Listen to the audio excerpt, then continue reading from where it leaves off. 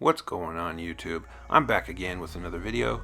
Today I wanted to take a look at some of the upcoming games that I'm really excited for in the future. It's been a while since I've done a video like this, so I would challenge you to stick around because I have a feeling there are some games in here that you might not have heard of. So we'll just jump right into it. Since the PSVR 2 is a hot topic right now, I'll start off with a VR game that I'm really looking forward to called Lo-Fi. Lo-Fi is a game from Iris VR, and it looks like Cyberpunk or Blade Runner in virtual reality. I've had my eye on this one for a minute, and every time I see it, I come away even more impressed. It has such a cool look to it, and I could see myself getting completely engrossed in this VR cyberpunk landscape. If you're a fan of sci-fi and the cyberpunk genre, this is something you definitely want to keep your eye on. Lo-Fi is set to release on PC and PSVR sometime in 2023. The next game I wanted to highlight is a game I'm not sure many people have heard of. It's called Project TH. This game doesn't even seem to have an official name yet. It's coming from a dev team out of South Korea called EVR Studio. This game really reminds me of Splinter Cell Conviction. Project TH is a third-person stealth action shooter, and as a huge fan of Splinter Cell, this looks right up my alley.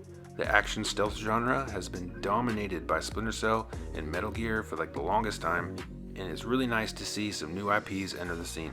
Seeing as how this one doesn't really have a title yet, probably won't see this one until at least 2024.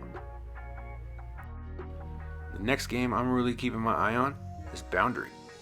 Boundary is a multiplayer tactical shooter that takes place in space. It's from a studio called Surgical Scalpels, and this game looks absolutely incredible. I really like how they put a twist on the shooter genre by having gunfights that take place in Earth's orbit. It seems both fantastical and grounded in a way. Instead of full-blown sci-fi aliens in space, we get gunfights with astronauts in NASA-type spacesuits. With the kinetic action and incredible settings like the ISS space station, I cannot wait to get my hands on this one. Boundary is set to come out on PC, Xbox, and PlayStation sometime in 2023.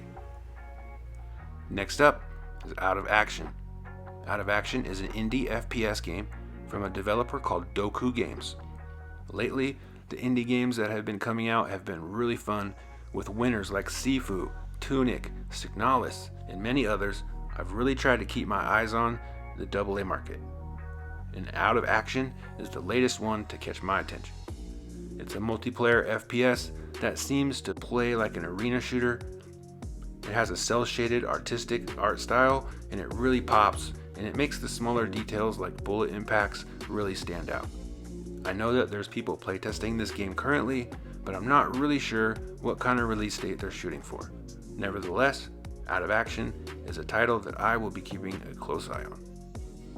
Next, I have another game that doesn't quite have an official title yet. It's called Project L, and it's a third-person shooter MMO that's in development by NCSoft. This game is using Unreal Engine 5, and you can really tell. The visuals look next level, and the details are very impressive. I typically don't care for MMOs, but this gameplay looks very compelling, and it doesn't seem like your average fantasy MMO. The third-person shooting action looks really good, and it almost reminds me of Outriders in a way. I could definitely see myself spending quite a few hours playing this one. Project L is slated for release sometime in 2024. Next on my list is another VR game coming to PSVR 2 called Crossfire Sierra Squad. This one is developed by Smilegate, and it immediately caught my attention. This one looks like it's trying to give you that Call of Duty experience in virtual reality. As of right now, my go-to shooter for the PSVR 2 is Pavlov. Pavlov is a really cool title, but Crossfire Sierra Squad is looking to up the ante with a production value that just seems to aim a little bit higher.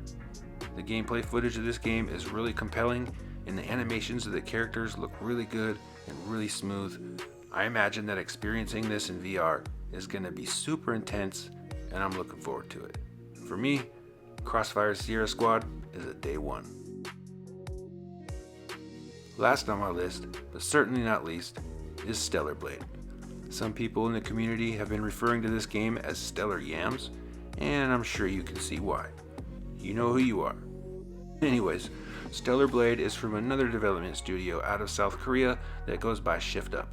This game was revealed on a State of Play earlier last year, and I've been keeping tabs on it ever since.